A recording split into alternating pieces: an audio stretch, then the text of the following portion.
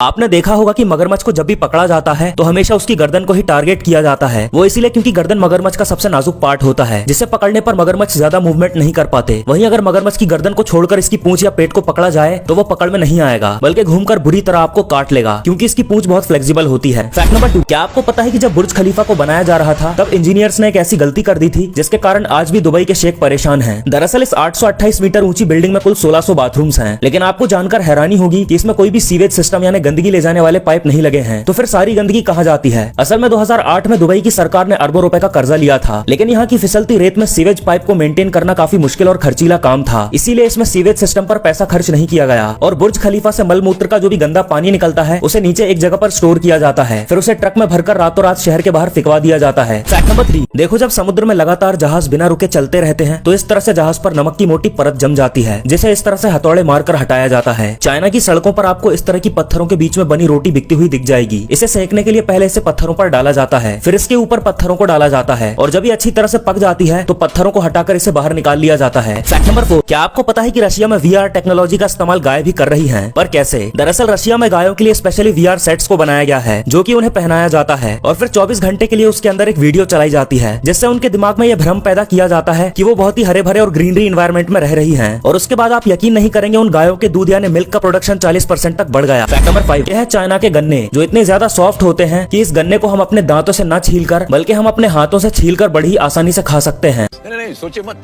Subscribe कीजिए।